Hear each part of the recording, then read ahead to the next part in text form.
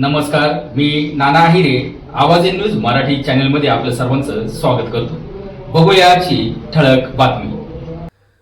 उघड्या वीज तारांमुळे मोठी दुर्घटना, महावितरणाच्या निष्काळजीपणाबाबत नागरिकांत संताप. नाशिकच्या मनमाड शहरात उघड्यावर असलेल्या जिवंत वीज तारांमुळे आज एक मोठा अनर्थ थोडक्यात टळला आहे. सुदैवाने घटनास्थळी गर्दी कमी असल्याने कोणतीही जीवितहानी झाली नाही. मात्र यामुळे महावितरणच्या कारभारावर पुन्हा एकदा प्रश्नचिन्ह उपस्थित झाला आहे. मिळालेल्या माहितीनुसार वर्दळीच्या ठिकाणी विजेच्या तारा अत्यंत धोकादायक स्थितीत लोंबकळत आहेत.